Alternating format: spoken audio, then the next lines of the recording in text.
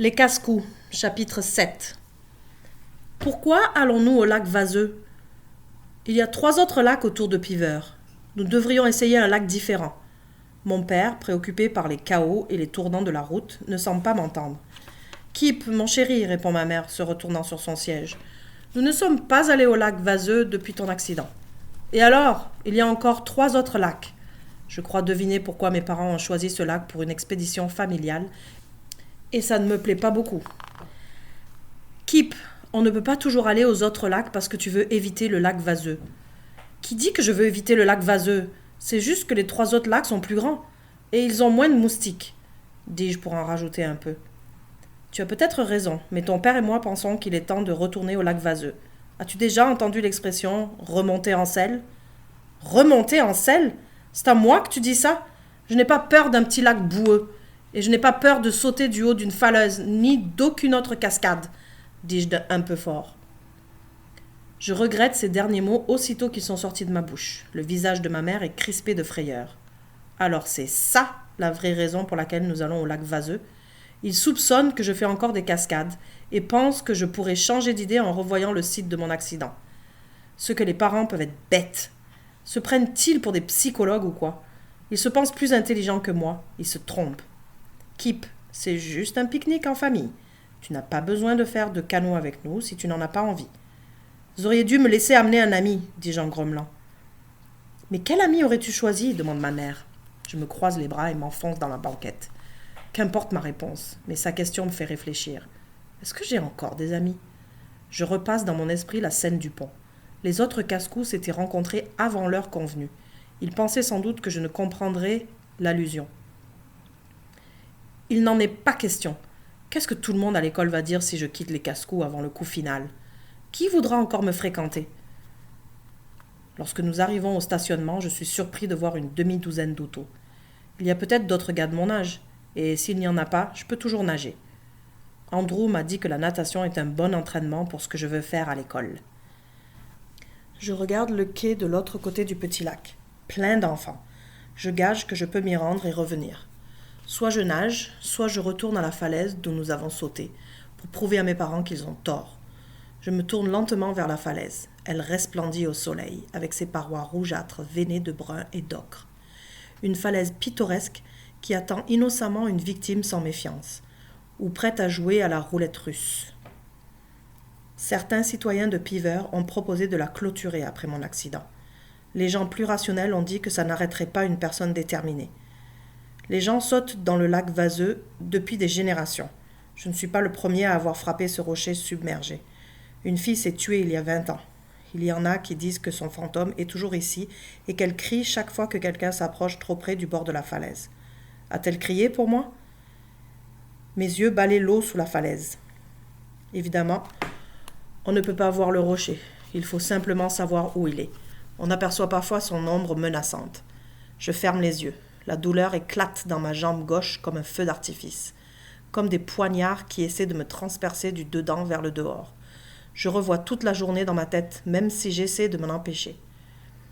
Je vois mes pieds qui s'approchent du bord de la falaise. Mes pieds quittent la falaise. La chute est exaltante. J'entends les cris d'encouragement des spectateurs. Je vois la photo qui s'étale sur 2 pages dans un magazine et qui me permettra de revivre ce moment. Le plouf, le choc de l'impact, l'explosion de douleur, le souffle coupé, mes bras qui battent l'eau, les cris, Fraser qui me tire de l'eau, l'ambulance. Dans un éclair de rage, je me rends compte que mes parents lisent dans mes pensées, alors que nous sommes assis dans le parking. J'attrape ma canne et ouvre la porte. L'air du dehors est frais et revigorant. « Allez faire du canot, dis-je. Je vais nager jusqu'au quai. Je reviendrai dans 1 heure pour dîner, ça vous va? Es-tu certain qu'Andrew Pollack approuverait une telle distance, Kip? Demande mon père. Il a dit que la natation doit faire partie de mon entraînement. Je peux toujours vous faire signe si j'ai besoin que vous me rameniez en canot. En réalité, Andrew dirait que le quai est un peu loin pour un aller-retour.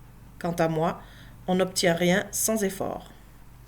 Je plante ma canne dans la plage vaseuse, comme un explorateur plante un drapeau. Mes parents déchargent le canot. « Tu es certain de ne pas vouloir venir avec nous ?» demande papa. « Peut-être plus tard. Qu'est-ce qu'on mange à midi ?»« Des sandwichs au poulet, de la salade de pommes de terre, des carottes et des brownies. » répond maman. « Tes brownies préférés ?» Merci. Je vais nager pour me mettre en appétit. J'enlève mes vêtements et ne garde que mon maillot de bain. Mon père m'accompagne jusqu'au bord de l'eau. J'y trempe un orteil, tiède, beaucoup plus chaude que l'eau qui nous a presque noyés dans le tuyau de drainage. Je me glisse dans l'eau et commence à nager vers le quai. J'adore nager. Dans l'eau, j'ai l'air normal. Personne ne peut voir mon handicap. Aujourd'hui, le lac est tiède et calme et je suis Kip Fox, le puissant nageur, le passant de physio exemplaire. Pourvu que je puisse continuer à faire de la physio, j'essaye de chasser de mon esprit la mauvaise nouvelle d'Andrew. Je ne veux pas arrêter mes séances d'entraînement ou travailler avec qui que ce soit d'autre qu'Andrew. Je ne veux pas qu'il soit obligé de quitter Piver. Un bras après l'autre, j'avance. Je m'imagine être un nageur olympique à l'entraînement. J'avance lentement et sûrement, en vue d'une distance maximum. Je me dis que si je peux me rendre au quai et revenir, je n'aurai aucun problème à traverser le pont. En m'approchant du quai, je commence à distinguer des gens et un tremplin. Puis, je vois des enfants qui sautent à l'eau.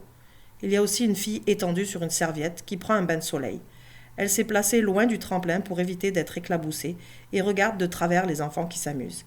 Oh non, pas Elise Strauss. Il est trop tard pour reculer, non seulement parce qu'elle m'a vue, mais parce que je suis fatiguée. J'ai besoin de me reposer sur le quai avant de partir. Ce n'est pas mon jour de chance. Elle s'assoit et croise bras et jambes. Kip Fox, est-ce que M. Pollack t'a donné la permission de nager sur toute la longueur du lac?